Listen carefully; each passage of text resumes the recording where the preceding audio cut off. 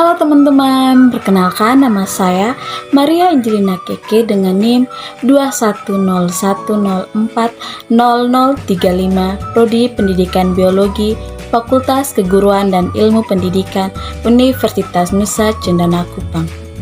Di sini saya akan membahas materi tentang gugus fungsi, tapi lebih fokusnya tuh ke keton atau alkanon. Di sini ada 4 pokok pembahasan, yaitu yang pertama, pengertian dari keton, yang kedua, struktur keton, yang ketiga, tata nama keton, yang keempat, sifat keton, yaitu sifat fisika dan sifat kimia. Selanjutnya kita ke pembahasannya ya teman-teman. Pembahasan yang pertama yaitu pengertian dari keton atau alkanon. Pasti banyak teman-teman yang bertanya, apa sih keton atau alkanon? Jadi, keton atau alkanon merupakan salah satu senyawa yang pembahasannya itu sering disandingkan dengan aldehid. Kenapa sering disandingkan dengan aldehid? Karena keduanya mengandung senyawa organik yang teroksidasi dari alkohol. Jika aldehid teroksidasi dari alkohol primer, maka keton teroksidasi dari alkohol sekunder. Keton juga merupakan senyawa karbonil OC yang dihubungkan oleh 2 atom karbon yang mengandung gugus karbonil. Pengikat yang berupa 2 karbon inilah yang membedakan antara keton dengan senyawa lainnya seperti ester, aldehid, amida, dan asam karbosilat. Pembahasan yang kedua yaitu struktur keton. Keton memuat unsur C, H, dan O dengan rumus umumnya yaitu R, CO, R aksen. Dengan R dan R aksen adalah gugus alkel. Kita lanjut ke pembahasan ketiga yaitu penamaan keton atau alkanon. Ada 2 cara penamaan keton atau alkanon. Yang pertama itu secara ipak dan yang kedua secara trivial. Kita akan membahas terlebih dahulu yaitu secara ipak. Ada beberapa tahapan yang harus dilakukan dalam penamaan keton secara ipak.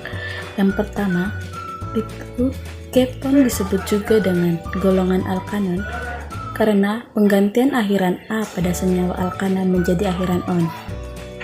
Yang kedua, menentukan rantai utama dengan cara mencari rantai yang jumlah atom karbonnya terpanjang dan mengandung gugus karbonil. Yang ketiga, menentukan substituen yang ada pada rantai utama.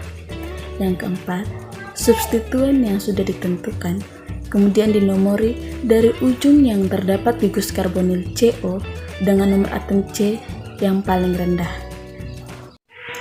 Yang keempat, ketika ditemui adanya 2 atau lebih substituen yang berbeda, maka dalam penulisan harus disusun berdasarkan abjad dari huruf pertama nama substituen. Yang kelima, perhatikan bahwa awalan di, tri, set, dan ters tidak perlu diperhatikan dalam penentuan urutan abjad, tetapi untuk awalan yang tidak dipisahkan seperti iso dan neo, maka harus diperhatikan untuk penentuan urutan abjad. Kita ke tata nama yang kedua yaitu secara trivial. Ada 2 tahapan yang harus kita lakukan. Yang pertama, tentukan terlebih dahulu substituen yang mengikat gugus karbonil CO, dan yang kedua, selanjutnya tambahkan akhiran keton setelah menyebut nama substituen. Kita ke pembahasan yang keempat yaitu sifat keton atau alkanon. Ada 2 sifat keton atau alkanon, yang pertama sifat fisika dan yang kedua sifat kimia. Kita ke sifat fisika terlebih dahulu. Yang pertama, keton memiliki jumlah atom C yang rendah akan berwujud cair pada suhu kamar. Yang kedua, senyawa keton akan larut jika dilarut dalam pelarut air dan juga alkohol. Hal ini karena keton mempunyai gugus karbonil yang polar. Yang ketiga, gugus karbonil yang bersifat polar pada keton akan menimbulkan reaksi antar molekul sehingga keton mempunyai titik didih yang relatif tinggi. Yang kedua, sifat kimia. Ketika dioksidasi oleh reaksi Filling dan Tollens, maka tidak ada reaksi yang terjadi.